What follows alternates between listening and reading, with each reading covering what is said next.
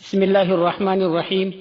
یو ورور پوښتنه کړې ده چې یو کس ته پلار په یو کور کې کوزده ورکوي، ښځه ورغواړي، خدای وایي چې زه د دغه کور ښځه نه غواړم ځکه دا خلک بېدینه دي، د دین سره یې تعلق نسته، د عبادت سره یې تعلق نسته. نو آیا یو څوک د یو ښځې پرېښول په دې وجه باندې کولی شي او نکاح په دې وجه پرېښولی شي چې هغه ښځه دینداره نه وي؟ آیا د بېدینۍ په وجه باندې د یو ښځې سره نکاح نه کول شرعاً جواز لري که یا؟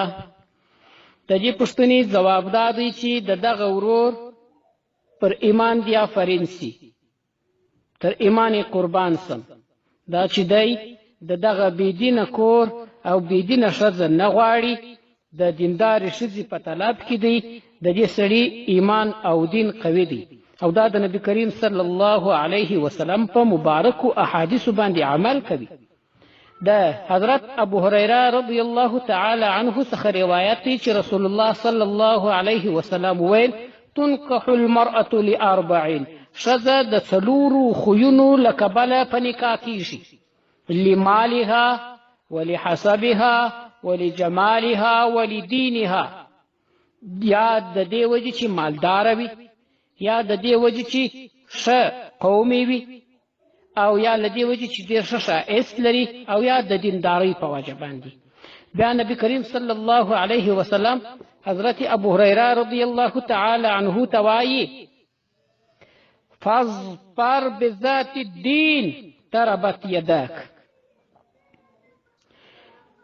هغه څوک وغواړه کامیابي حاصله که، کومک حاصل که په هغه ښځه سره چې دینداره وي، لاسونه دې سپېره سه.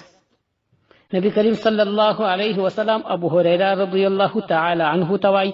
دا روایت امام بخاري راوړی دی، فتح الباري 9 جلد 122 صفحه، مسلم 2 جلد 186 صفحه. زموږ په فقه کې هم عین دغه مسئله راوړل سوې ده. په دور مختار کې علامه حسقفي رحمه الله کاږي چې وکونها دونه سنا وحسبا وعزا ومالا، د نکاح په آدابو او مندوباتو کې دا دي چې دا ښځه به تر خاوند په عمر کمه وي او د قوم په لحاظ به هم تر ده لوړه نه وي چې لوړ قوم دی وي، عجمي او وغواړي سیده. مندوبه ده که وغوښتل نکاح صحیح ده. او وعزا، او تر ده به په عزت کې هم لوړه نه وي چې دی چپړاسي وي او ښځه یې د یو ستر شخصیت خاونده وي، مثلا یوه ستره معلمه وي او یا یو لو طبیبه وي چې دی عبارت د خپلې ښځې مزدوري کوي. ومالا، او ښځه به تر ده مالداره هم نه وي، ځکه که چیرې تر ده مالداره وي نو دا هم د نکاح په مندوباتو کې نه دی، خو جواز لري، هیڅ منع نسته. او وفوقه خلقا وادبا وورعا وجمالا، او تر ده به په اخلاقو، په ادب، په تقوا او ورع او په ښایست کې لوړه وي. نو د نکاح مندوب عمل دا دی چې تقواداره، دینداره او متقي ښځه څوک په نکاح کې. نو د ښځې د داسې ښځې نکاح کول چې هغه تقواداره وي اولا او بهتره دي، خو د داسې ښځې سره نکاح کول چې هغه بېدینه وي جواز لري. مسلمان نیت اسلام پکې شرط دی. که یو ښځه مسلمانه وي او بېدینه وي نکاح ورسره صحیح ده، خو خلاف الاولا ده.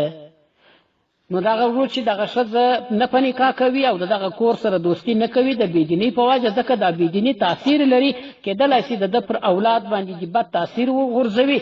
نو دغه د ده پرېښول دا د دین په خاطر باندې ښه کار دی. الله جل جلاله به د دغه کلک عزم او سترې قربانۍ په وجه باندې ښه ځای په نکاح او ښه ښځه ورپیدا کړي. رد المحتار 2 جلد 284 او 15 صفحه، موسوعة الفقهية 41 جلد 220 صفحه، مواهب الجليل 3 جلد 304 صفحه. والسلام عليكم ورحمة الله وبركاته.